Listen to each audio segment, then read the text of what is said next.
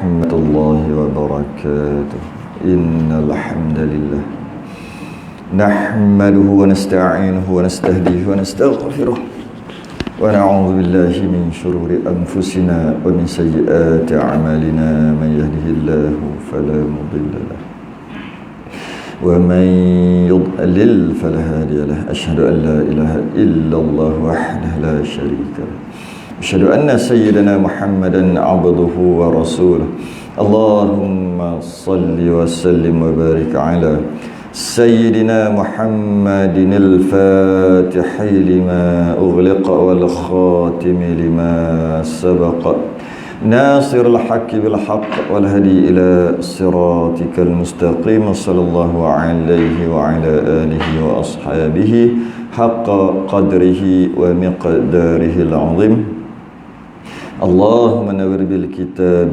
بصري وأطلق به لساني واشرح به صدري واستعمل به جسدي بحولك وقوتك فإنه لا حول ولا قوة إلا بك سبحانك لا علم لنا إلا ما علمتنا إنك أنت العليم الحكيم ولا حول ولا قوة إلا بالله العلي العظيم أما بعد.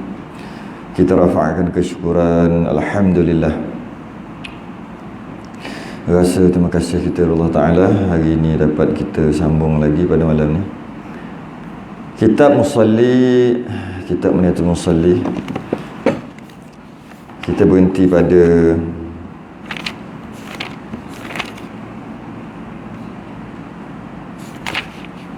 muka surat 13, sejuk mata hati 12,000 ya. Mana 12,000 ni? Tu dia. Dan kata setengah hukama dan setengah hukama. Kedua akhirat. Betul lah situ. Yang Rumi 37. Banyaknya. Laju tu sebenarnya. Muka surat 37 dah yang Rumi. Yang Jawi muka surat 13. Qala al-mu'allif rahimahullah ta'ala wa nafa'ana wa iyyakum bi'ulumihi fid darin amin ya rabbal alamin.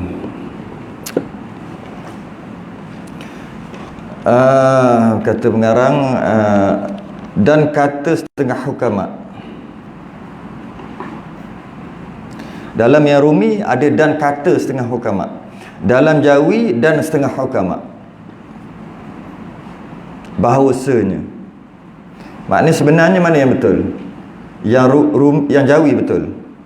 Dan setengah hukama dan kata setengah hukama. Dalam Jawi dan setengah hukama aja. Dalam Rumi dan kata setengah hukama. Rasanya kenapa ditambah ni? Kata ni tak ada dalam version Jawi ni. Mungkin dia cari dekat kitab yang lain, version ataupun cetakan yang lain, ada kata kat situ, jatuh kata. Boleh jadilah. Sebab tu dalam Rumi ada dan kata setengah hukama. Tapi dalam Jawi dan setengah hukama. Jadi kalau kita baca dan setengah hukama bahawasanya. Dan setengah hukama apa? Ditakdirkan perkataan tu dan kata setengah hukama. Tapi dalam yang Rumi ni tak payah takdir. Memang dah cantik dah dan kata setengah hukama. Jadi yang mana satu betul, wallahu alam. Maksudnya betul. Ada ke tak ada? Beradabnya kita dengan kitab. Kalau tak ada, janganlah kata ada. Kalau dia dah tak ada kan, jangan kata ada. Tak ada lah, kata tak ada. Lepas tu macam mana? Apa maksud dan setengah hukama? Dan kata setengah hukama. Kata tu pengarang tak kata pun. Tambah sendirilah maksud dia, maksud pengarang. Jadi rasanya kalau dah Rumi tu ada, saya rasa dia pergi check version lain kot. Sebab Musalli ni ada cetakan Indonesia, ada cetakan Patani paling banyak lah. Patani pun 2-3 cetakan. Halabi lah, apalah. Ada cetakan Tanah Melayu. Ada cetakan Tanah Melayu. Jadi bila macam tu, mungkin kadang-kadang kita tengok, peliklah sikit, cari cetakan lain, penerbit lain, ada pula, elok pula, faham pula. Jadi ada 1-2 perkataan yang jatuh. Baik, dan saya baca yang saya punya lah. Saya punya tak ada kata. Jadi kena kata dan setengah hukama, maksudnya dan kata setengah hukama bahawasanya sembahyang itu menghimpunkan, sembahyang itu menghimpunkan di dalamnya 12,000 perkara. Dalam sembahyang tu ada 12,000 perkara. Perkara tu boleh kita kata ada 12,000 kebaikan, fadilat dan sebagainya lah. Ada 12,000 kebaikan, boleh juga. Ada 12,000 fadilat, boleh juga. Ada 12,000 lah dalam sembahyang tu.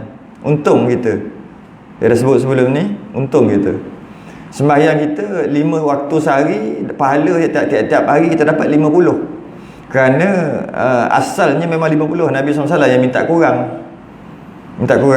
Jadi maka dapat pahala tu macam 50 waktu. Tu dah untung dah satu.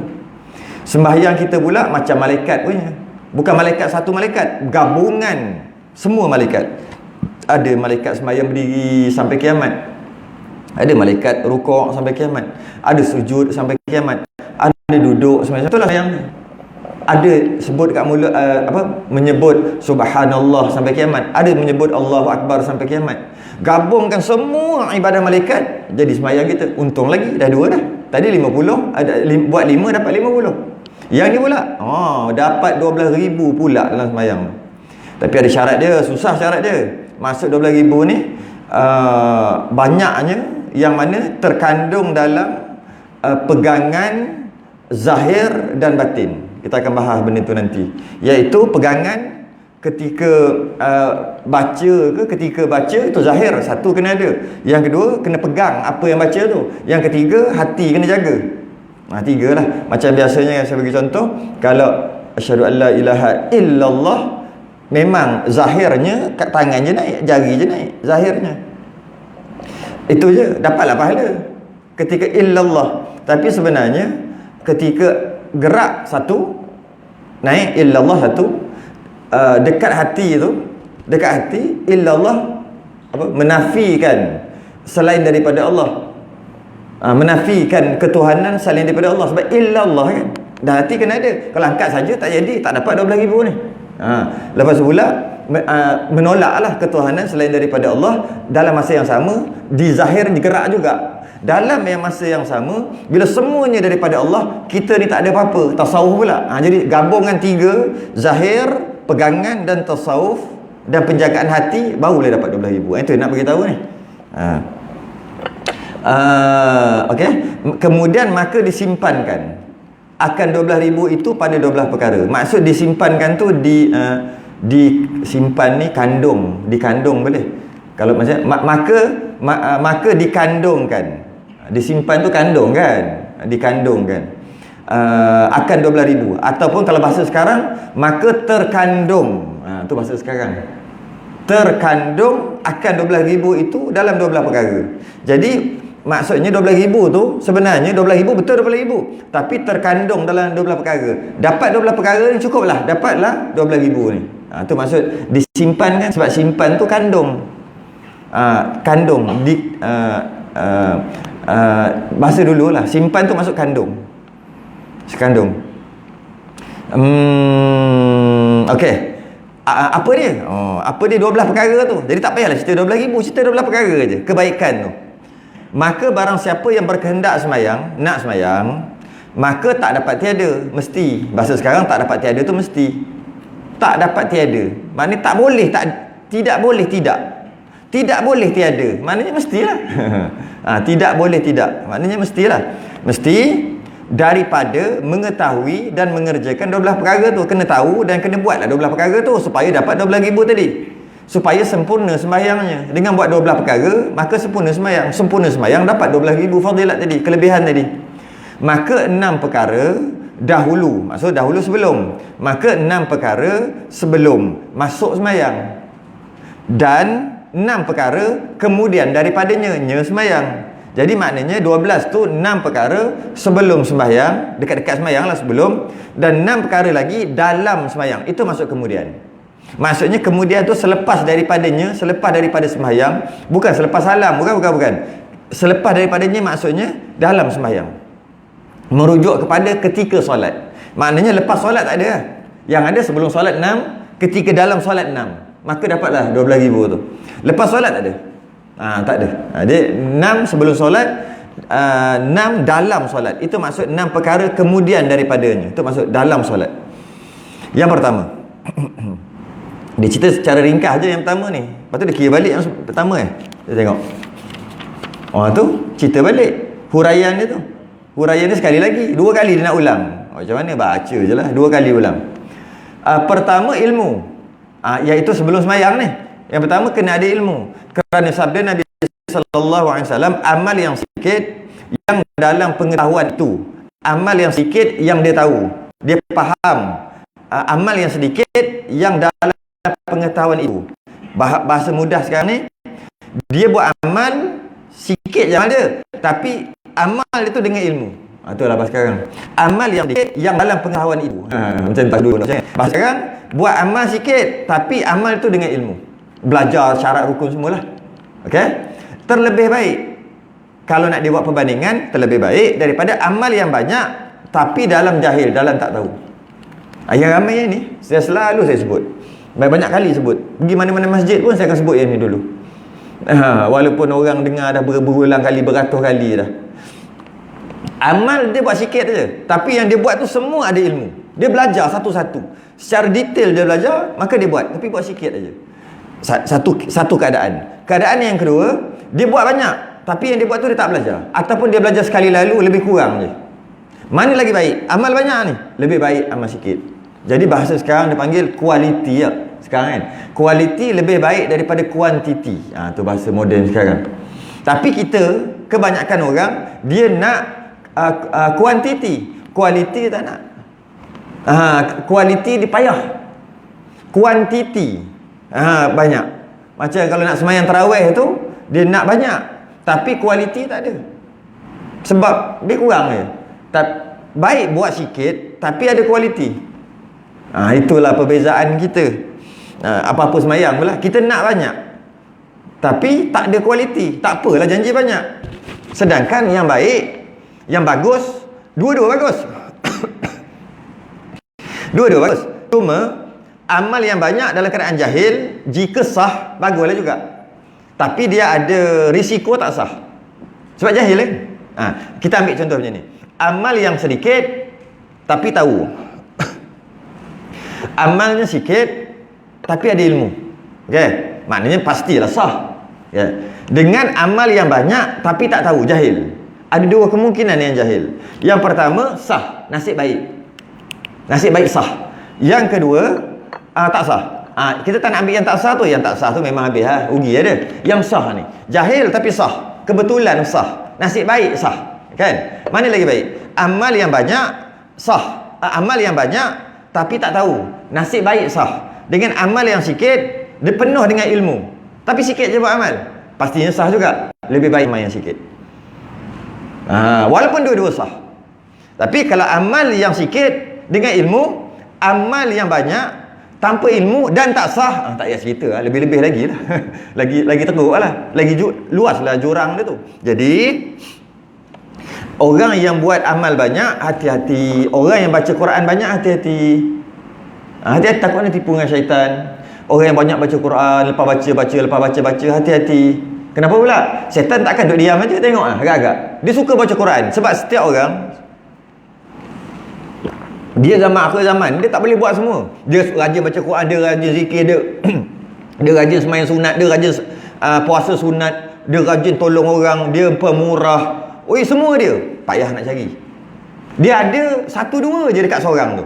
Dia tu kedekut, nak sedekah kedekut, tapi sembahyang rajin, sembahyang sunat. Dia ada macam tu. Dia ni sembahyang pemalas, sembahyang fardu cukup-cukup tapi zikir kuat. Macam tu. Dia baca Quran kuat, sembahyang fardu aja, tapi sedekah cukup. Tak sedekah, kedekut dengan anak bini pun kedekut. Dia macam tu sekarang, zaman sekarang. Dia tak boleh kita nak cari seorang tu penuh ada semua kat dia. Baca Quran pun menang dia, zikir pun menang dia, sembahyang sunat pun menang dia, puasa sunat pun menang. Tak ada. Dulu ada, sekarang tak ada lah. Jadi bila dah lah sikit kita ada, sikit je lah. Mungkin kita suka zikir, tu jalan kita ada. Baca Quran malas. Mungkin kita ada baca Quran aja, tapi sembahyang sunat malas. Mungkin kita ada sembahyang sunat aja, baca Quran malas. Jadi kita ada sedikit je. Itu akhir zaman. Nak buat macam mana kena terima. Jadi ada orang suka mengajar tapi belajar malas. Ustaz lah. Ada. Nak cari mengajar pun rajin, belajar pun rajin. Oh, tak ada. Ada orang suka belajar je tapi dah ada ilmu, mengajar malas. Malas aku. Macam-macam. Semua baik, semua baik. Nak cari rajin belajar, rajin mengajar, payah. Rajin baca Quran, tak jumpa. Boleh kata tak ada dah lah. Cuma kata tu adat kata lah. Mana mustahil, takkan nak kata mustahil juga kan. Adat kata tak ada dah. Satu dua je. Ada satu dua. Jadi kita ada sikit je sekarang ni. Yang kita rajin tu lah, tak kisahlah. Baiklah juga daripada tak ada langsung. Kan? Jadi kita ada sikit tu. Jadi bila ada sikit tu, setan akan kacau. Dia tak dapat langsung. Jadi kalau kita rajin baca Quran, hati-hati. Sebab apa? Cek balik, betul tak betul baca tu. Tengok-tengok upamanya tajwid lentah bukang. Mana tahu? Dah lah kita rajin baca Quran aja. Akhir sekali salah baca, malah berdosa. Hati-hati kat situ. Apa kita rajin? Kita rajin semayang. Takkan setan tengok aja. Dia akan kacau. Jadi mungkin semayang kita tu tak sah. Boleh jadi. Mungkin semayang sunat kita tu dalam keadaan qada kita berlambat, tak qada lagi. Maka semayang sunat kita mengikut mazhab Hanbali tak sah dan berdosa. Mazhab Hanbali lah. Mazhab Syafi'i sah. Nampak? Tengok apa yang kita rajin, hati-hati. Apa yang kita rajin? Kita rajin sedekah, cek balik. Cek balik. Zakat kita bayar tak? Zakat yang wajib. Zakat harta ke? Zakat pertanian ke? Zakat peternakan, zakat binatang ke? Zakat emas ke? Cek balik lah. Kalau kita rajin sedekah. Rajin. Hati-hati. Hati-hati. Cek balik. Sebab setan pasti kacau. Kita rajin belajar. Hati-hati. Sebab kita lain malah baca Quran, malah semua malah. Tapi belajar rajin. Belajar tu maksud majlis ilmu, rajin. Cek balik. Apa yang dia belajar? Apa yang dia tak belajar lagi? Oh, fardu ain malah belajar, tauhid malah belajar. Tapi belajar bab tasawuf aja. Maknanya something wrong tu. Ada benda yang kena ubah. Sebab setan akan kacau. Setan akan kacau. Jarang sangat ada sekarang ni, masih lagi ada tapi jarang yang suka mengaji tiga-tiga. Fiqh pun dia minat, tauhid pun minat, tasawuf pun minat. Tiga-tiga. Jarang lah. Dia mesti ada satu je. Tapi walaupun satu je dia minat, jangan lupa dua lagi tu wajib juga, fardu ain juga. Kena carilah. Cuma kurang sikit belajar sebab tak apa minat sangat. Tapi fardu ain wajib juga. Tauhid susah sangat, dia ambil fardu ain je, lepas tu yang lain dia tak peduli dah. Tasawuf ambil tasawuf fardu ain je, yang lain dia tak peduli dah. Fiqh dia minat sampai mendalam-dalam, sampai dalil-dalil lah semua. Tak apalah, sebab selesai juga. Tapi selesai juga walaupun kadar fardu ain, settle lah, tak apa. Bimbang takut, dia suka belajar. Rupanya apa yang dia belajar tu cuma satu. Mungkin dia suka belajar tasawuf. Sikit jaga hati, jaga hati, jaga hati. Kita tengok masya-Allah, warak sungguh. Tapi fiqh tak ada. Hati-hatilah, ceklah kita ni. Ceklah balik. Ceklah balik, takut salah. Kalau tak ada, kalau dah mantap, okeylah. Kalau dah selesai, tak apalah. Sebab kita dah sikit dah. Dah lah sikit je kita ada. Lepas tu kena tipu dengan setan pula. Lah kali tak ada apa sebenarnya. Itu je bimbang. Jadi apa ya? Kerana mungkin kita beramal tanpa ilmu dan mungkin salah. Mungkin kita buat tu salah. Mungkin kita sembahyang dah cantik, dah apa semua pekah cantik. Rupanya ada sifat-sifat mazmumah dalam hati kita. Boleh jadi ya. Duk belagak ke duk apa. Boleh jadi ya. Ceklah masing-masing. Rupanya kena tipu lah. Bila ada sifat mazmumah dalam hati, maka fiqah kita, ibadah kita tak ada pahala walaupun sah. Sebab sembahyang sebab nak belagak sebagainya lah. Jadi kat situ hati-hatilah kat situ. Sebab kita dah lah sikit je ada zaman sekarang ni. Tiba-tiba salah pula tu. Jadi amal yang sedikit, kualiti tu lebih diambil kira daripada kuantiti. Lebih baik sikit tapi penuh dengan ilmu. Sebab. Semua ada sebab. Daripada buat banyak tapi dalam keadaan tak reti. Nasib baik sah. Nasib baik sah. Nasib tak baik tak sah. Nasib baik tak dapat pahala tapi sah. Macam-macam dia ada. Tu nasib baik je tu. Tak nak macam tu. Tak nak. Sama juga orang perempuan pun sama. Seronok belajar, seronok apa? Yang lain tak seronok. Paling seronok belajar. Cek balik. Ada tak yang tinggal? Ada tak tinggal? Kalau takut-takut ada tinggal berkaitan dengan ilmu-ilmu yang fardu ain juga, mana tahu. Tauhid malah belajar ataupun minat tauhid sangat. Tauhid masya-Allah. Tapi fiqh tak berapa nak tu sangat. Cek balik. Kalau dah selesai tak apa. Mungkin bab lain tasawuf minat. Mungkin baca Quran minat orang perempuan. Tapi bab haid nifas tak ngaji pun malah payah. Memang payah pun. Semalam sejam setengah je. Hanya bahas satu perkara je. Tengok balik rakaman. Tak sempat lah nak buat lafaz alamin punya tu. Sebab dah lambat. Satu hukum je duk bahas sampai sejam setengah semalam. Siap ada whiteboard lagi. Saya ada buat semalam. Boleh tengok kat saya punya Facebook. Nak beritahu, malah pening kepala. Semalam, susahnya. Habis dia mengaji apa? Mengaji tasawuf, baca Quran. Mengaji tasawuf, baca Quran. Hati-hati. Hati-hati. Sebab amal yang banyak tapi tak reti. Berbanding dengan amal yang sedikit tapi penuh dengan ilmu. Lebih baik amal tu sikit. Okey. Macam mana disebut dalam Matan Zubat Ibnu Ruslan. Orang mengaji dia tahulah. Saya pun selalu duk ulang ayat ni supaya hafal. Wa kullu man bi ghairi ilmin ya'malu a'maluhu mardudatun la tuqbalu. Dia macam syair lah. Dia baca boleh buat lagu-lagu. Wa kullu man bi ghairi ilmin ya'malu. Setiap sesiapa tanpa ilmu dia beramal. Dia amal tak ada ilmu. A'maluhu, amalannya mardudatun, ditolak, la tuqbalu, tidak akan diterima. Tu yang kita bimbang. Tu kita bimbang. Pada satu hari ni ada satu kisah ni sebahagian ulama tolak. Dia kata kisah ni tak sahih. Sebahagiannya diterima dalam kitab dia. Jadi saya ambil jugalah kisah ni. Satu hari Nabi pernah menyebut naumul alim khairan min ibadatil jahil. Tidur orang yang alim, alim tu masuk reti lah, pandai, tahu, belajar, lebih baik daripada ibadah orang yang jahil. Tidur orang yang alim lebih baik daripada ibadah orang yang jahil. Ada satu kisah, walaupun sebahagian ulama tolak, tapi sebahagian ulama terima dalam kitab. Jadi kita bacalah. Nabi melihat setan duduk di pintu masjid. Dia tengok je. Dia tengok orang kat dalam. Nabi nak masuk masjid. Nabi tanya, kau buat apa kat sini? Nabi kenal lah setan. Setan kata, bila Nabi tanya, setan dia kena cakap benar. Dia tak boleh tipu. Dia tak boleh tipu. Bila kau buat apa kat sini? Setan kata, aku nak masuk masjid. Dan aku nak rosakkan sembahyang yang orang tengah duduk sembahyang. Aku nak rosakkan sembahyang dia. Nak bagi dia macam-macam lah, fikir ke apa ke. Nak rosakkan sembahyang dia. Tapi aku takut sebab ada lelaki tengah tidur tepi tu. Seorang duduk sembahyang, tepi ni ada lelaki duduk tidur. Aku takut kat lelaki tidur tu. Lelaki yang tidur tu aku takut. Nabi tanya balik, kenapa engkau takut pada orang, kenapa engkau tak takut pada orang yang solat sedangkan dia sedang beribadah dan bermunajat pada Tuhannya? Tapi engkau takut pula pada orang yang tidur sedangkan dia tidur, dia tak sedar. Dia tidur. Kenapa engkau takut yang itu? Patut takut yang sembahyang tu lah. Kata Nabi. Syaitan tu jawab, orang yang solat ni jahil, dia tak reti, dia tak belajar, dia solat aja. Dia agak-agak tiga-tiga orang je. Maka mengganggu solat dia sangat mudah. Senang je, bisik-bisik sikit habis dah. Okey? Akan tetapi orang yang tidur ni orang alim. Aku khawatir nanti kalau aku dah rosakkan solat dia, orang ni dia akan bangun. Orang alim ni akan bangun dan dia akan betulkan solat orang ni balik. Maka berlakulah amal ma'ruf nahi munkar kat situ. Sedangkan setan paling tak suka amal ma'ruf nahi munkar. Dia tu paling tak suka sekali. Dia paling tak suka wa ta'awanu 'alal birri wat taqwa wa la ta'awanu 'alal itsmi wal 'udwan. Dia tak suka bantu-bantu dalam perkara baik dan bantu-bantu dan mencegah kemungkaran. Dia tak suka. Jadi bila dia nampak fikir jauh. Setan fikir jauh. Kalau dia kacau betul dia dapat rosakkan. Tapi akan berlaku amal ma'ruf nahi munkar. Akan berlaku nanti dia akan betulkan balik dakwah. Dia tak suka dakwah, setan tak suka dakwah, akan berlaku dakwah lah dia panggil. Iaitu orang ni akan dia pandai, dia alim, dia jaga, dia akan dakwah. Sebenarnya kau semain tadi salah. Maka berlakulah proses dakwah ke situ. Setan fikir jauh, 2-3 step. Dia takut, dia nak kacau boleh. Nanti kan berlaku dakwah, aku tak suka dakwah. Apa?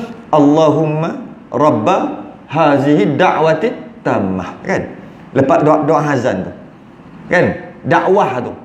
Inilah seruan dakwati tammah kita baca. Azan je, habis azan kita baca dakwati tammah, dakwah yang sempurna.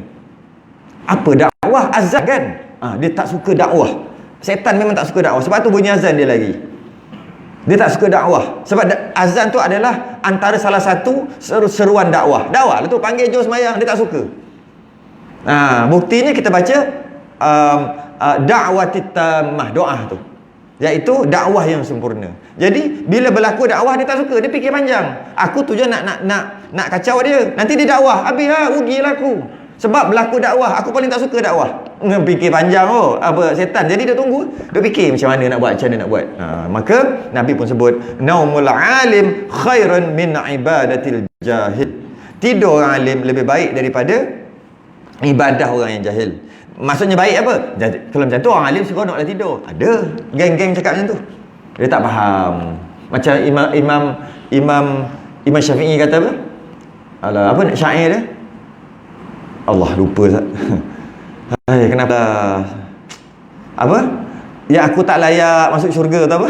Ilahi lastulil firdaus si ahla wala aqwa sampai habis kan. Ya Allah. Betul lah, banyak makan kepala ikan rasanya. Sebab duduk tepi pantai, ikan fresh-fresh, makan dengan kepala-kepala sekali. Ulang. Biasa kita makan entah seminggu, sebulan punya ikan. Tiba-tiba ikan ramai orang kumpul tepi pantai. Apa benda pula tu? Rupanya baru turun kan. Baru turun kita pergi macam ni dia bagi. Berapa bayar tu? Tak ada timbang-timbang. Makan sekali kan kepala-kepala. Tu asyik lupa aja. Aduh. Makan kepala ikan ni. Ilahi lastulil firdaus. Aku ni tak layak nak masuk syurga firdaus. Dia golongan yang kata Allah, Imam Syafi'i tak nak masuk syurga. Dia tak faham. Bukan tak nak masuk syurga. Aku tak layak tawaduk, aku tak layak ya Allah masuk syurga. Tapi tolonglah aku tak mampu juga nak masuk tengok dulu. Ilahi lastulil firdausi ahla wala aqwa 'ala naril jahim. Nak masuk neraka jahanam pun aku tak larat ya Allah. Lepas tu barulah fahabli dah sampai habis, maka terimalah taubat aku semua. Ceritanya Imam Syafi'i kata seolah-olah aku macam tak layak masuk syurga, seolah-olah macam tak nak masuk syurga. Ada orang kata macam tu. Salah tu, faham tu. Bukan Imam Syafi'i kata tak nak masuk syurga, tawaduk. Kerana itulah samalah juga dalam masalah ni. Samalah juga dalam masalah ni, iaitu naumul alim, tidur orang alim lebih baik daripada orang jahil yang ibadah. Bukan kata kalau yang tu untuk orang alim tidur aja kerja. Bukan. Dia tak faham konsep. Maksudnya tidur orang alim ni mesti ada niat. Niat dia apa? Tidur. Nak bangun tahajud, tidur dia jadi ibadah. Tidur orang jahil macam mana? Tidur best tidur penat tidur. Dah tak dapat apa-apa. Tu maksud dia. Sedangkan orang yang ibadah pula, jahil tapi ibadah dia silat-silat tak sah. Yang ni tidur, sebelum dia tidur dia niat nak kuatkan badan, esok nak cari rezeki yang halal, nak kerja. Semua tu tidur dia jadi orang ibadah. Yang ini duk ibadah semayang dalam keadaan tak tahu syarat rukun apa semua, jadi menyebabkan tak sah. Itu maksud dia. Bukannya seronok tu orang alim boleh tidur. Bukan. Kalau dia tidur je banyak, dia bukan alim dah otomatik. Otomatik dia bukan alim. Orang alim ni kurang tidur. Dia tak faham. Adalah orang kata macam tu. Adalah. Jadi itu ilmu. Malah ada satu riwayat mengatakan Nabi Sulaiman pernah diberi pilihan, sama ada nak ilmu ke nak kuasa. Bila sebut kuasa sekali dengan harta lah. Maka Nabi Sulaiman kata aku nak ilmu. Maka Allah bagi ilmu dan Allah bagi kuasa automatik. Jadi ada ilmu, maka kekuasaan akan datang. Malah harta akan datang. Bukan harta kebendaan semata-mata, harta yang lain akan datang dengan ilmu tu. Kerana dengan ada ilmu, maka ilmu tu akan jaga harta. Ilmu tu yang akan jaga harta. Tapi kalau ada harta, kita duk sibuk dengan harta tu kalau tak ada ilmu untuk jaga dia. Habis. Yang kedua, wuduk. Sebab dia akan bahas sekali lagi, jadi pendek lah syarahnya. Sebab dia cerita dua kali. Yang kedua, wuduk. Kerana sabda Nabi SAW, tiada sembahyang itu, maksud tiada sembahyang tak sah sembahyang. Okay? Melainkan dengan tahur. Tahur tu bersuci. Maksudnya tahur tu suci daripada hadas lah. Maksudnya hadas kecil dan hadas besar. Jadi siapa yang berhadas kecil dan berhadas besar, maka tak sah. Kerana tiada sembahyang itu melainkan tahur. Itu dia kata sabda Nabi. Tapi dia tak bawa datangkan matan. Maka saya cari matan, saya jumpa matan. Asal kena dia kata sini kan, kerana sabda Nabi SAW tiada sembahyang kan. Nabi tak cakap tiada sembahyang. Makna dia, arti dia. Okey. Saya cari, saya jumpa la taqbalullahu salatu ahadikum idza ahdatha hatta yatawadda. Itu asalnya. Maksudnya Allah tak menerima solat, tak ada sembahyang seorang tu yang berhadas, tidak diterima solat orang yang berhadas sehingga dia berwuduk. Dengan maksud nak sah semayang, kena wuduk, termasuklah kena mandi wajib. Dia akan bahas sekali lagi ni maksudnya. Ini baru dari satu segi, nanti akan bahas dari tiga segi. Kau tu yang seterusnya tu semua tiga tu. Yang tu huraian dia tu tiga. Jadi kita jalan je dulu. Yang ketiga, pakaian. Pakaian dan cukup 12 ni, di bawah 3. Pakaian, kerana firman Allah, khudhu zinatakum inda kulli masjid. Ambil oleh kamu akan pakaian kamu pada tiap-tiap masjid. Maksudnya yakni pakai akan pakaian kamu pada tiap-tiap semayang. Jadi kalau semayang kena pakai pakaian. Bahasa yang lebih mudah, tutup aurat. Tutup aurat lah tu. Ya ayyuhal mudaththir kum fa'anzir wa rabbaka fakabbir wa thiyabaka fatahhir. Tu yang keempat tu. Dan wahai orang berselimut, bangunlah bagi peringatan, wa rabbaka fakabbir, dan Tuhan kamu agungkanlah. Wa rabbaka fakabbir, takbir dengan maksud semayang. Semayang, agungkanlah Tuhanmu dengan sembahyang. Wa thiyabaka fatahhir, dan pakaian kamu bersihkanlah daripada najis. Okey, kita akan bahas sekali lagi. Jalan dulu. Yang keempat, memelihara waktu. Ini juga ramai yang salah faham, dan saya pernah baca, pernah bahas sekali baru dalam beberapa bulan lepas, iaitu ramai orang salah faham memelihara waktu. Saya cakap laju-laju aja sebab kita dah pernah bahas sekali. Maksud memelihara waktu, ramai orang salah faham. Memelihara waktu adalah solat dalam waktunya. Itu maksud memelihara waktu. Solat dalam waktunya. Untuk lebih mudah lagi, solat dinamakan memelihara waktu. Kita ambil asar. Asar 4 asar pula. Zuhur habis 4.34 4.34 Okey, kita cerita Zuhur. Masuk Zuhur 1.22. Jadi 1.22 sampai 4.34. Dimaksudkan memelihara waktu sembahyang Zuhur, memelihara waktu sembahyang Zuhur, maksudnya dia sembahyang bermula 1.22. Sebab 1.22 baru masuk Zuhur. Bermula 1.22 dia sembahyang, maka dia telah memelihara waktu. Okey, pukul 2 dia sembahyang, dia telah memelihara waktu. Pukul 3 dia sembahyang, memelihara waktu. Pukul 4 dia sembahyang, memelihara waktu. Ini orang salah faham, dia kata pukul 4 lewat sembahyang ni. Tidak. Memelihara waktu. Pukul 4.34 asar. 4.29 dia sembahyang, memelihara waktu. Yang mana tak memelihara waktu? Dia sembahyang pukul 4.40. Maknanya apa? Dah habis waktu. Itu baru nama tidak memelihara waktu. Tapi ramai orang faham, dia kata maksud memelihara waktu ni awal waktu. Tidak. Awal waktu tu afdal, waktu fadilah, pahala sangat besar. Tapi bukan maksud memelihara waktu. Ini ramai sangat salah faham. Memelihara waktu dalam sudut tasawuf, ya. Sebab banyak kali saya sebut kan, haram tasawuf berbeza dengan haram pekah. Jangan campur. Makruh tasawuf berbeza dengan makruh pekah. Makruh pekah apa? Buat tak apa. Tak buat maksud tinggalkan dapat pahala, kan? Makruh tasawuf apa? Allah benci. Jangan campur. Samalah juga. Dalam masalah ni, memelihara waktu dalam tasawuf awal waktu. Memelihara waktu ni kita pekah. Dalam pekah adalah sembahyang dalam keadaan jika dia sembahyang sempat habis. Maksudnya dia sembahyang 4 rakaat, jika dia sembahyang buat yang wajib-wajib aja, maka dia salam, lepas dia salam ada lagi waktu sembahyang sikit, lepas tu baru azan. Maknanya memelihara waktu tu. Walaupun 4.29, 5 minit lagi nak habis waktu, namanya memelihara waktu. Bilakah yang dinamakan tak memelihara waktu? Mungkin pukul 4.34, mungkin pukul 4.32. Tak memelihara waktu dah tu. Sebab 2 minit mana sempat. Mungkin juga habis waktu terus. Sebab dia akan 4.32 dia sembahyang, maka 2 minit baru 2 rakaat. Masuk rakaat ketiga dah keluar waktu. Nama engkau tidak memelihara waktu. Engkau lalai dalam sembahyang. Tu baru namanya. Itu yang dimaksudkan dengan fawailul lil musallin alladzina hum an salatihim sahun alladzina hum yuraun. Maksudnya celaka orang sembahyang. Orang sembahyang macam mana ni? Yakni yang lalai daripada sembahyang, iaitu orang yang berbuat riak. Jadi yang lalai daripada sembahyang, maksud lalai bukan tak khusyuk. Ini orang salah faham ni. Maksud lalai bukan tak khusyuk. Fawailul lil musallin, celaka, masuk neraka orang yang sembahyang. Alladzina hum an salatihim sahun, yang lalai daripada sembahyang. Tu sembahyang kena khusyuk, kalau tidak neraka. Bukan. Maksud lalai ni adalah dia sembahyang di luar waktu.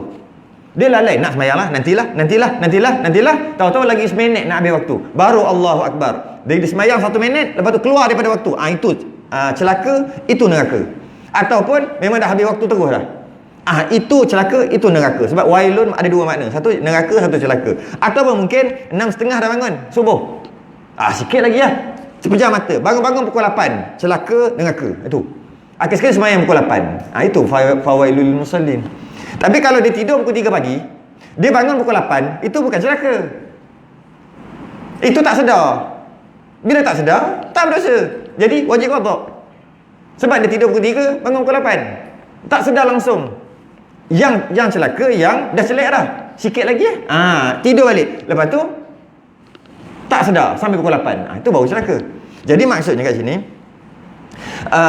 maksudnya memelihara waktu adalah bukan maksud sembahyang awal waktu, tidak. Ramai orang salah faham fawailul musallin ni, allazina hum an salatihim sahun. Ramai yang faham tu. Jadi dia kata pertama, salah faham yang pertama, dia kata lalai tu tak khusyuk, maka tak khusyuk fawailul musallin, masuk neraka, jadi celaka. Tidak sesuatu. Yang kedua, ramai faham melewat-lewatkan solat. Tahu tak lagi 10 minit ni, cepat sembahyang. Apa ni lambat-lambat ni? Masuk neraka nanti. Fawailul musallin. Sembahyang lambat-lambat masuk neraka. Salah juga. Yang masuk neraka ni, yang celaka ni, yang kalau dia sembahyang pun tak sempat. Biasanya berapa? Yalah 3 minit nak habis waktu, 2 minit, seminit nak habis waktu. Kalau 5 minit masih lagi sempat. Kalau 4 minit tu 50-50. Kalau 5 minit garanti sempat. Habis nak baca surah, tak payah baca surah. Sempat tak? Sempat. Maka dia namanya memelihara waktu walaupun lagi 5 minit.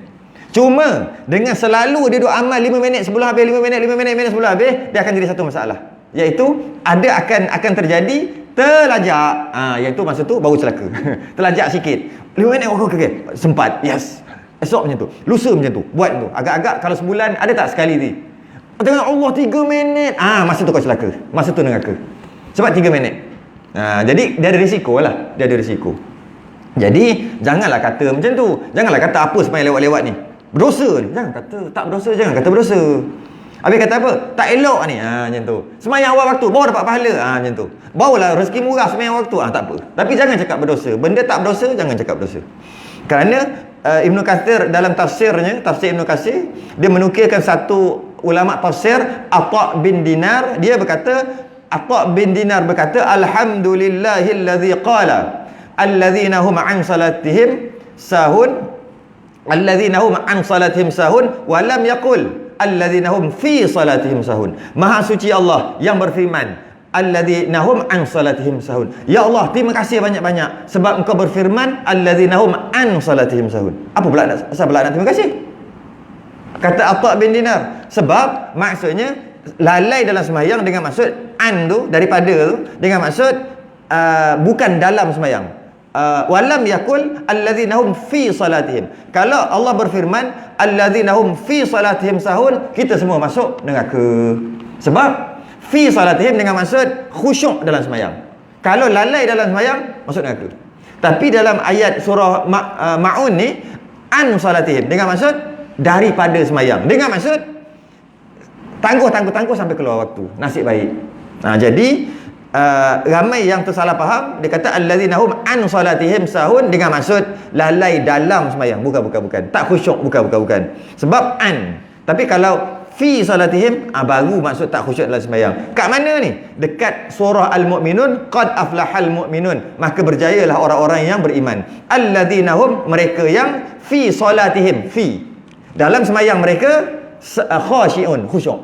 Jadi khusyuk dalam sembahyang, maka berjayalah dia. Khusyuk adalah sembahyang, berjayalah dia. Tak khusyuk, tak berjaya. Bukan tak khusyuk neraka. Tidak. Tidak. Itu saya dah pernah bahas sekali-sekali kat sini dulu. Sekali. Jadi ada dua lah. Maksud alladzina hum an salatihim sahun, ada dua. Yang pertama maksud dia tangguh sembahyang sehingga keluar waktu. Yang kedua maksud alladzina hum yuraun, iaitu lepas sembahyang belagak. Riak. Yuraun tu riak. Lepas sembahyang belagak, sebelum sembahyang belagak, ia tu pun celaka juga. Okey. Kita akan bahas sekali lagi itu yang keempat. Yang kelima, menghadap kiblat. Wa min haitsu kharajta fawalli wajhaka syataral masjidil haram. Iaitu syarat menghadap kiblat dalam surah Baqarah sebut, iaitu di mana saja kamu berada, maka palinglah wajahmu ke Masjidil Haram. Dengan maksud Kaabah. Jadi menghadap kiblat itu yang kelima. Dia akan bahas sekali lagi. Yang keenam, niat. Kerana sabda Nabi sallallahu alaihi wasallam, innamal a'malu binniyat. Sesungguhnya segala amal itu dengan niat. Ulama pun berbeza pendapat. Innamal a'malu binniyat ni ba tu, binniyat apa maksud ba? Ba tu imbuhan lah. Binniyat imbuhan, urujar, imbuhan macam dengan niat ke, ba tu wajib niat ke, sunat niat ke, apa maksud? Pada mazhab Syafi'i, maksud bin niat adalah qasdu syai'in muqtarinan bi fi'li. Buat satu ibadah, masa tengah buat, mula-mula buat, pup kena ada niat. Itu maksud niat. Mazhab lain lah. Jadi dan kita dah bahas sebelum ni niat. Jadi niat tu apa? Kehendak hati untuk buat sesuatu perkara. Jadi kehendak hati ni ijma' ulama wajib. Nak buat ibadah dia kena ada kehendak hati ataupun niat. Yang menjadi khilaf bila nak niat. Ada mazhab lambat lagi pun boleh. Duduk kat luar dah boleh niat nak sembahyang. Ada mazhab kena duduk dulu dekat sembahyang kemudian niat walaupun tak takbir lagi. Ada pendapat mengatakan dah takbir dulu baru niat. Pun boleh juga, tapi dengan syarat cepat sikit. Jangan lama sangat. Allahu akbar, baru niat. Boleh. Mazhab Syafi'i tak boleh. Mazhab Syafi'i qasdu syai'in muqtarinan bi fi'lih. Ketika permulaan sembahyang tu Allah, waktu tu niat. Nampak berbeza. Cuma seluruh ulama sepakat mesti ada niat. Yang khilaf bila nak niat. Boleh tak masuk basuh kaki? Nak niat sembahyang? Boleh tak masa kat rumah? Boleh tak? Ada yang kata boleh. Mazhab lain. Mazhab Syafi'i tak boleh. Dan kita juga dah bahas, saya dah sebut, Ibn Hajar kata kehendak hati terbagi kepada 6. Saya dah bahas dah panjang lebar, saya cuma nak cakap sekali je. Hajis, goresan hati. Khatir, rangsangan hati. Hadisun nafsi, suara hati. Hammun, ingin, cita-cita. Azam, putus bulat, niat, buat. 6. Ya, lama dah bincang sebelum ni. Lama dah, cukup. Okey, yang ketujuh, takbiratul ihram. Kerana sabdanya Nabi SAW, tahrimuha at-takbir wa tahliluha at-taslim. Maksudnya yang mengharamkan ialah takbir, dan yang menghalalkan ialah salam. Apa benda pula ni tiba-tiba ni menghalalkan ni. Maksud dia yang ketujuh daripada 12 dinamakan takbiratul ihram. Kenapa ada takbiratul ihram? Ihram tu haram. Bahasa lain takbir haram. Untuk mudah faham. Payah lain takbir haram macam mana? Lepas takbir haram. Okey, lepas takbir haram buat yang mana sebelum takbir halal. Sebelum takbir boleh buat, lepas takbir tak boleh buat. Sebab tu dia kata tahrimuha takbir. Yang mengharamkan apa sebelum tu halal, tiba-tiba takbir je jadi haram. Dan yang menghalalkannya salam. Maksudnya haram tengah sembahyang, lepas salam jadi halal. Okey, itu hadis. Sebenarnya hadis ni panjang sikit. Sabda Nabi, miftahus solah at-tuhur. Pembuka ataupun kunci sembahyang adalah bersuci. Wa tahrimuha at-takbir. Betul. Jadi yang mengharamkan adalah takbir, wa tahliluha at-taslim, dan menghalalkan itu adalah salam. Itu hadis yang panjang tu. Ada kat depan tu miftahus solah at-tuhur. Jadi sebelum takbir boleh makan, boleh. Sebelum takbir boleh minum, boleh. Boleh bercakap, boleh. Boleh berjalan, boleh melompat, semua boleh. Bila Allahu Akbar, takbir haram, maka tak boleh dah. Tak boleh buat dah. Yang boleh 3 je. Quran, zikir, doa. 3 je. Dan semuanya bahasa Arab. Sebelum tu boleh cakap Melayu, doa Melayu boleh. Allahu Akbar, haram doa Melayu. Macam tu lah. Sebelum ni melompat boleh. Allahu Akbar, haram melompat. Macam tu lah. Sebab tu dia akan sebut tahrimuha at-takbir. Yang mengharamkan dia takbir. Benda yang boleh jadi tak boleh. Makan tak boleh, tapi macam mana nak makan? Assalamualaikum warahmatullahi makan, baru boleh. Okey. Dan saya sebut sebelum ni juga, pernah sebut sebelum ni, memulakan solat dengan takbir adalah tahrimuha at-takbir ni. Solat dimulakan dengan takbir adalah khususiah umat Nabi SAW. Umat yang terdahulu sembahyang dia dimulaikan dengan tasbih, subhanallah, alhamdulillah, macam mana tak tahu lah. La ilaha illallah, macam mana tak tahu lah. Tapi dimulakan bukan dengan Allahu Akbar. Hanya kita je mulakan ibadah dengan Allahu Akbar. Kerana dengan kita Allahu Akbar, Allah Maha Besar, maka yang lain jadi kecil. Yalah, Allahu Akbar, yang lain jadi kecil. Bila yang lain jadi kecil, mudah untuk merasa kebesaran Allah tu. Jika kita fahamlah. Kalau Allahu Akbar tak rasa apa pun tak guna juga. Dan ke-8, dia akan bahas sekali lagi tu. Yang ke-7 dan ke-8, berdiri kerana firman Allah, wa qumu lillahi qanitin, dan berdiri kamu kerana Allah dalam keadaan taat. Qanitin tu taat. Qanitin tu taat. Saya dah ceritakan sebelum ni kan. Orang kenet tu, qanitin tu asalnya bahasa Melayu, kenet tu daripada qanitin. Dah pernah ceritakan dulu kan sekali kan? Nah, tak pernah.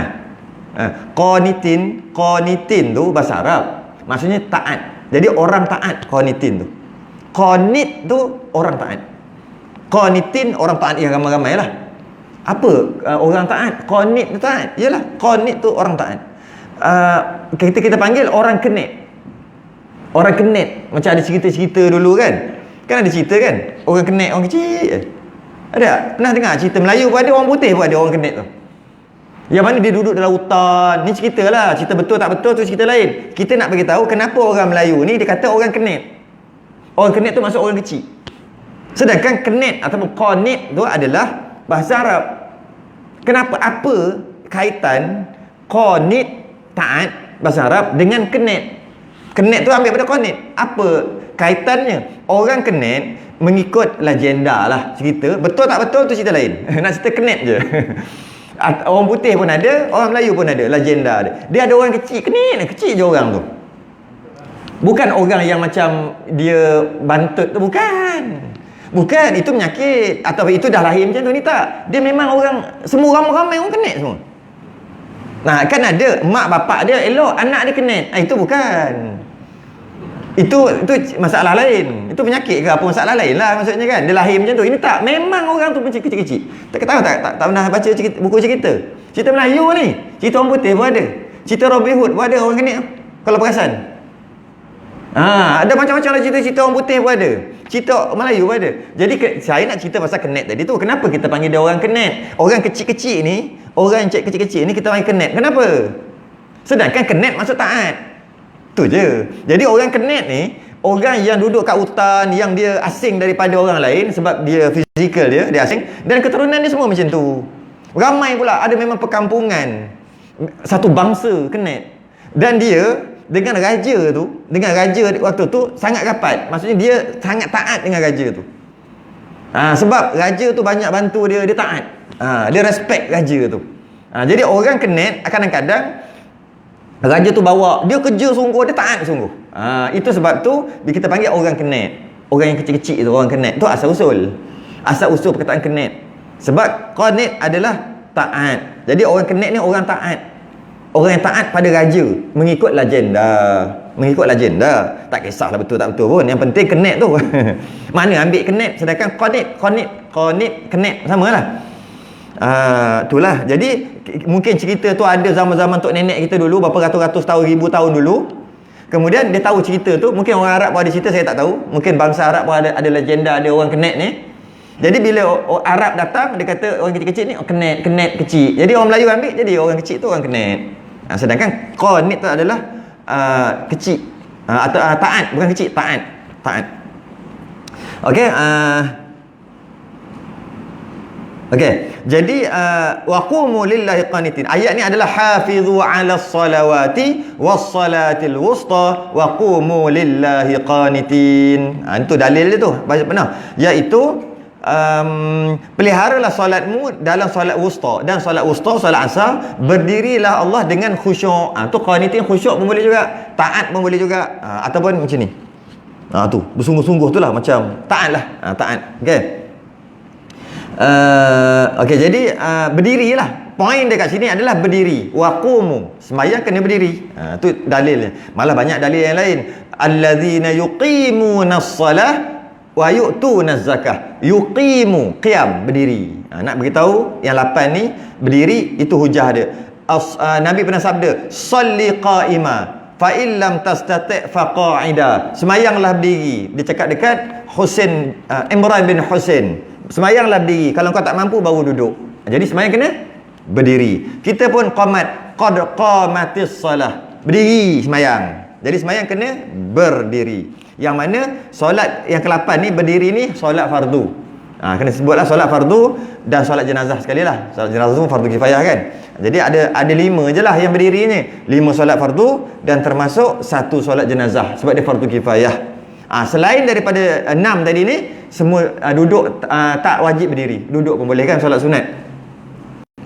Ke-9, membaca Quran. Maksud Quran adalah membaca Fatihah, membaca Fatihah. Apa ni? Allah, cap dah. Membaca Fatihah dan surah. Dia akan bahas lagi apa benda ni. Okey. Yang ke-10, rukuk. Rukuk adalah rukun salat. Wa aqimus salah wa atuz zakah warka'u ma'ar raqiin. Rukuklah bersama, wa aqimus salah, tunaikan salat, wa atuz zakah, dan dirikan zakat dan tunaikan zakat. Warka'u, maka rukuklah ma'ar raqiin, bersama orang-orang yang rukuk. Maka sembahyang tu kena rukuk. Yang ke-10, ya ayyuhalladzina amanu rka'u wasjudu. Wahai orang beriman, rukuklah dan sujudlah. Maknanya sembahyang kena rukuk. Perhormatan yang tertinggi yang diberi pada Allah. Yang ke-11, sujud 2 kali. Sujud 2 kali. Yang mana sepatutnya kita sujud sekali, kerana kita punya sembahyang ikut malaikat. Malaikat ada berdiri aja, maka kita berdiri. Malaikat ada rukuk aja selama-lamanya, kita rukuk. Malaikat ada sujud je selama-lamanya, kita sujud. Sepatutnya sekali aja. Tapi Nabi SAW ketika Mi'raj bagi salam, Assalamualaikum. Dia bagi salam ketika, sebab dia tengok perbuatan sujud ni sangat baik. Macam ya Allah, bagusnya ibadah ni, ibadah malaikat duduk tengah sujud ni. Kalau aku debat 7 anggota kan, kalau aku dapatlah Allah, yang mana ibadah ataupun ibadah yang paling banyak melibatkan anggota adalah sujud. Betul kan? Ibadah yang lain tak ada. Zikir lidah je, gerak lidah je. Ibadah rukuk tak banyak, 2 kaki, pinggang. Pinggang lah ke bengkok. Ibadah berdiri 2 kaki je. Ibadah duduk lutut, betih dengan kaki. Tapi sujud 7 anggota. Jadi ibadah yang paling banyak menggunakan anggota adalah sujud. Jadi Nabi tengok ketika Mi'raj, bagusnya ya Allah, bagusnya, menariknya cara ibadah ni. Nak pergi ambil sembahyang ni, Nabi pun bagi salam sebab seronok sangat. Assalamualaikum. Malaikat tu pun bangun, jawab salam, waalaikumsalam. Lepas tu sujud balik. Kerana tu kita jadi 2 kali sujud. Tu 2 kali sujud. Kalau tidak, sekali je kita sujud. Dan malaikat bangun tu kejap aja. Waalaikumsalam warahmatullahi wabarakatuh. Wa maghfiratu wa ridwan. Rasulullah. Macam tu lebih kurang. Yang malaikat jawab tu pendek aja. Dan lepas tu sujud balik. Kerana tu duduk di antara 2 sujud, ada pendapat mazhab-mazhab yang mengatakan sangat pendek. Duduk di antara 2 sujud sangat pendek. Bukan pendek aja, sangat pendek. Kita Rabbi fili warhamni wajiburni warfa'ni warzuqni wahdini wa'afini wa'fu anni. Berapa saat? 5-6 saat kata kan? Dia lagi pendek. Ada Rabbi ghfirli. Sujud balik 2 kali Rabbi ghfirli. Ada juga pendek je.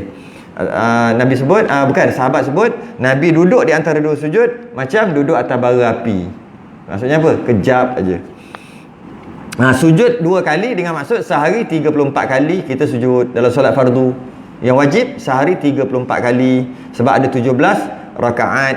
17 rakaat, 1 rakaat 2 kali, jadi 34 kali. Setiap orang mesti sujud 34 kali sehari.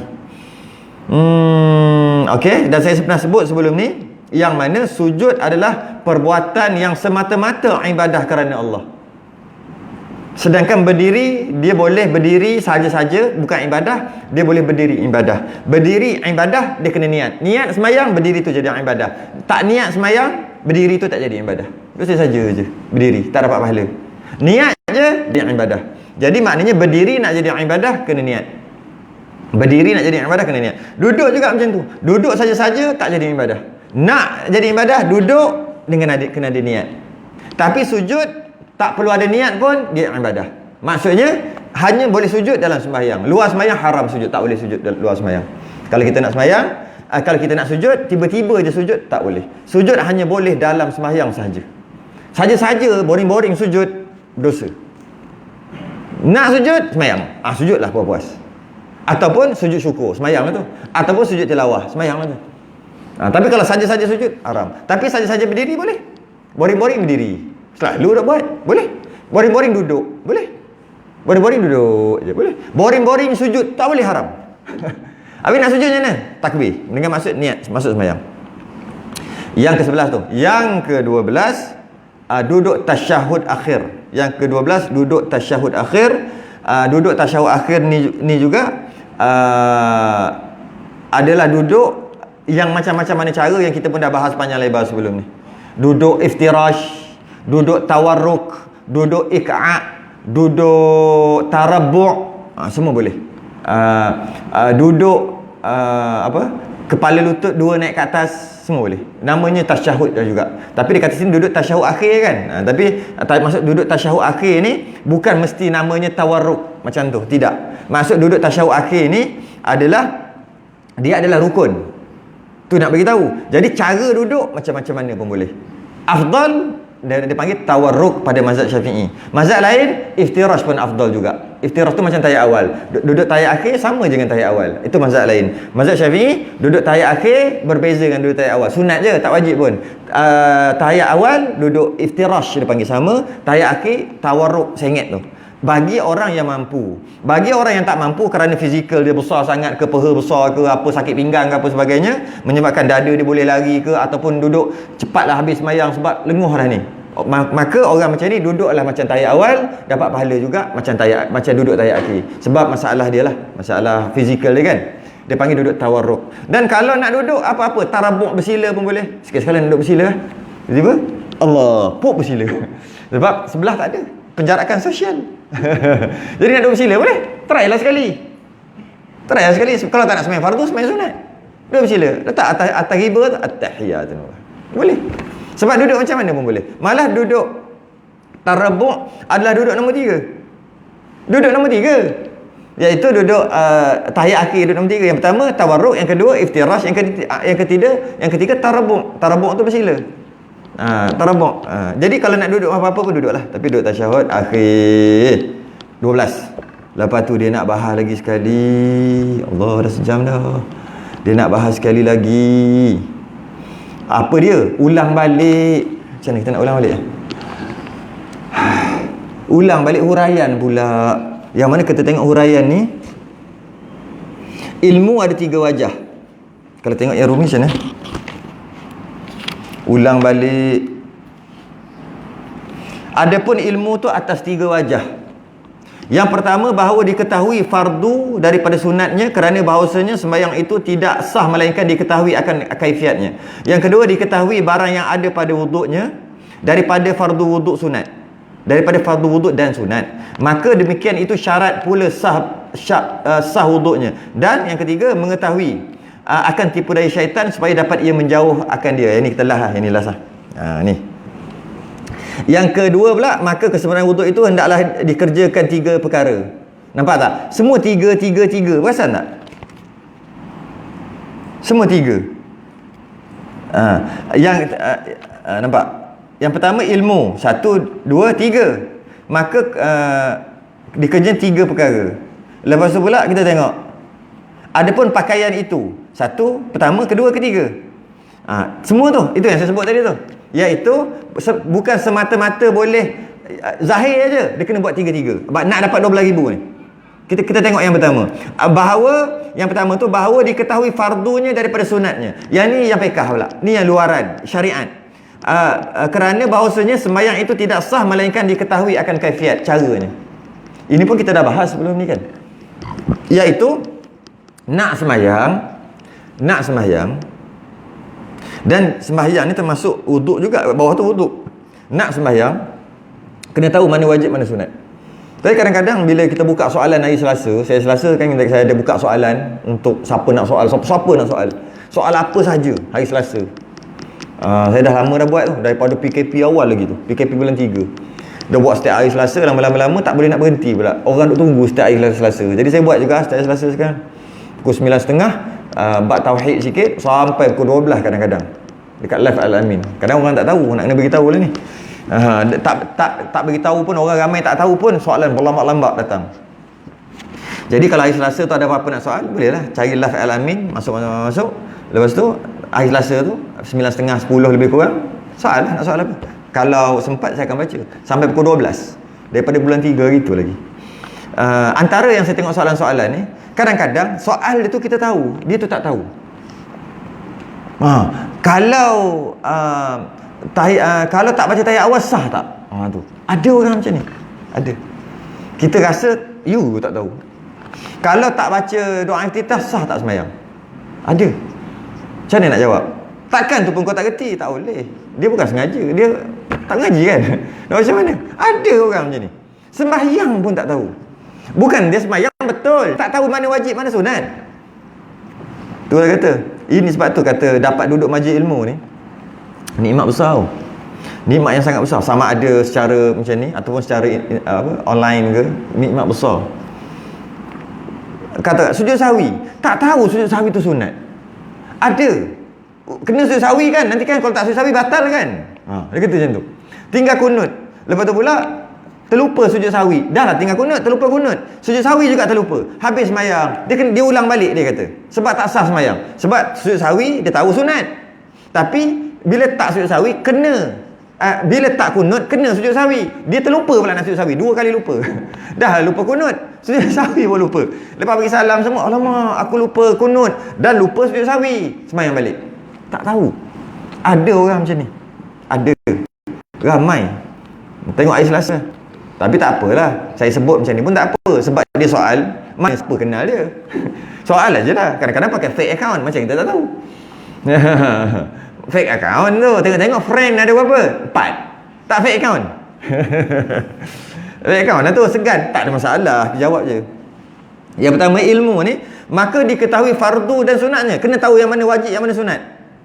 Kalau tak tahu, tak sah secara umum. Tapi kita bahas detail kan baru ni kan. Iaitu, kalau dia kata yang sunat itu wajib, yang sunat tu wajib, dia kata macam tu, maka sah sembahyang dia kan. Yang tak boleh kata yang wajib tu sunat. Dia kata sebenarnya tahiyat tu sunat aja. Tahiyat awal ke tahiyat akhir? Tahiyat akhir pun sunat, tahiyat awal pun sunat. Maka tak sah sembahyang dia. Sebab dia kata tahiyat akhir tu sunat, sedangkan tahiyat akhir tu wajib, rukun. Dia kata sunat, maka tak sah sembahyang dia. Walaupun dia baca tahiyat akhir. Berbeza dengan dia kata tahiyat awal tu wajib. Tak batal, sah sembahyang dia. Sebab dia wajibkan yang sunat. Wajibkan yang sunat tak batal sembahyang. Tapi sunatkan yang wajib batal. Dia kata salam yang kedua, Assalamualaikum warahmatullahi wabarakatuh, tu wajib. Betul lah rukun kan? Assalamualaikum warahmatullahi wabarakatuh, wajib juga. Sah sembahyang dia. Sebab dia wajibkan yang sunat. Dia jangan sunatkan yang wajib aja. Ya, jangan terbalik. Jadi kat sini diketahui bahawa diketahui fardu daripada sunatnya kerana bahawasanya sembahyang itu tidak sah melainkan diketahui akan kaifiat, akan caranya. Cuma detailnya kita dah bahas. Yang kedua, diketahui barang yang ada pada wuduknya dan fardu dan sunat. Sama juga. Wuduk pun kena tahu yang mana wajib, yang mana sunat. Sama juga macam tadi. Sapu kepala wajib, sapu telinga wajib. Tak apa. Tak apa dengan maksud sah wuduk dia. Tapi kalau dia kata sapu kepala tu sunat, tak sah wuduk dia. Sama. Walaupun dia sapu kepala.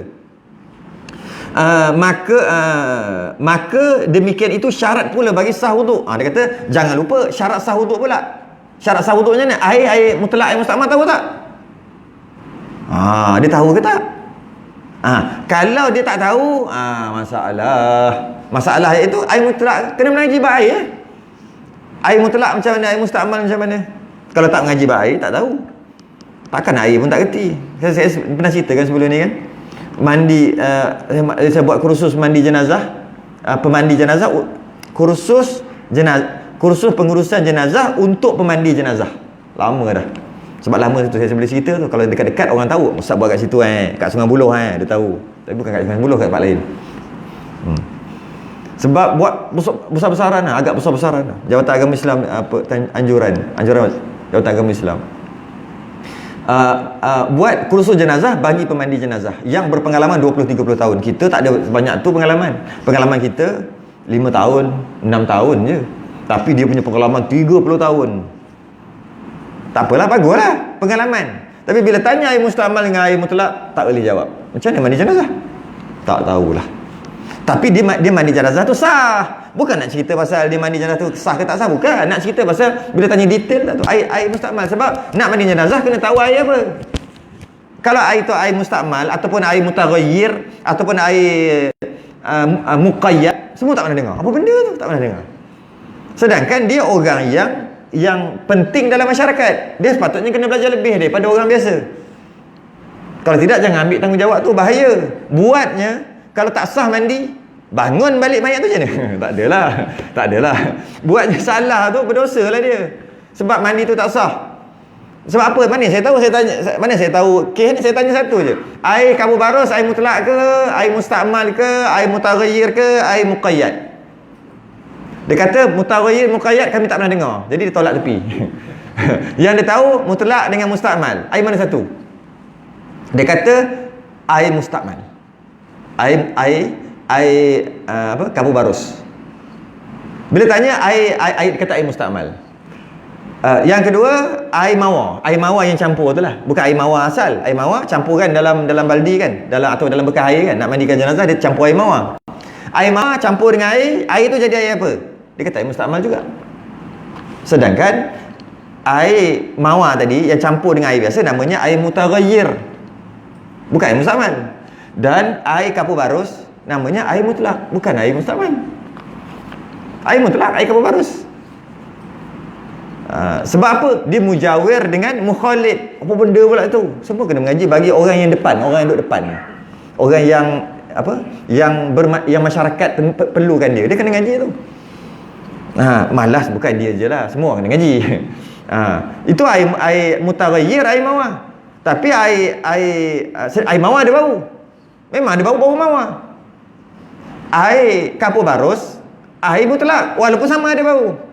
Sekerana nak mandikan jenazah, dia kena pakai air mutlak. Dia mana boleh pakai air lain. Sebab nak sah mandi kena air mutlak. Macam mandi wajib juga. Jadi akhir sekali Allah macam ni.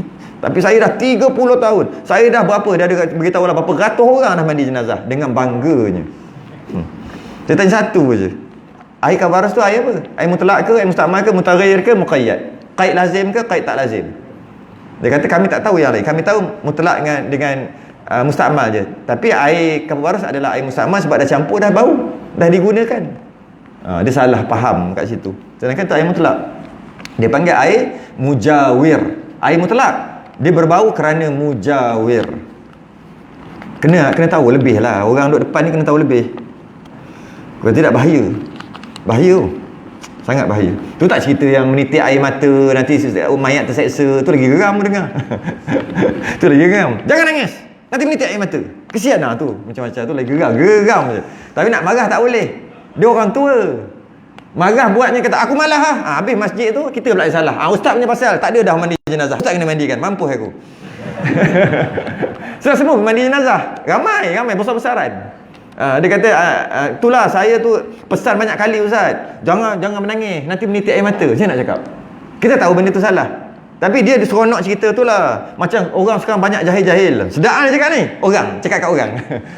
Sebab tu saya selalu pesan, masuk kalau nak mandikan jenazah, kalau nak mandikan kali terakhir, tak apa, dengan syarat jangan menangis. Saya dah pesan, saya takut menitik air mata je Ustaz. Saya nak cakap, dia dengan confident dia cakap ni. Ada mic, dia sebab dia bagi sediakan mic, dia cakap macam mana tu. Kalau kita biar ramai lain ni duduk, ada yang tak sedap duduk, dia tahu dah benda tu salah. Tapi kalau kita cakap pula, salah tu, ngaji kat mana, takut-takut nanti pula dia terasa pula. Sekarang macam mana? Oi, susah nak buat hari tu susah sangat.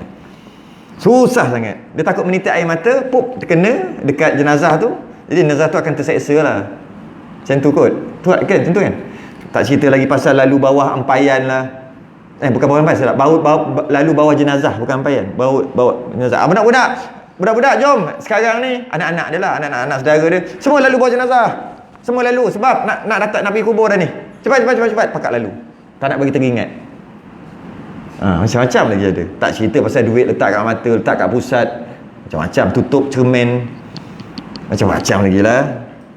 Risau betul lah. Tu kaifiat cara mandi jenazah. Dia tahu insya-Allah sah, tak ada masalah, rasanya sah kot. Cuma detail tak tahu. maka berkemungkinan nasib baik je sah. Nasib baik. Sebab apa nasib baik? Sebab dia tak ada mandi 9, tak ada lah. Mandi apa tak ada lah kan? Ada mandi 9 tu cakap ni apa? Mandi 9.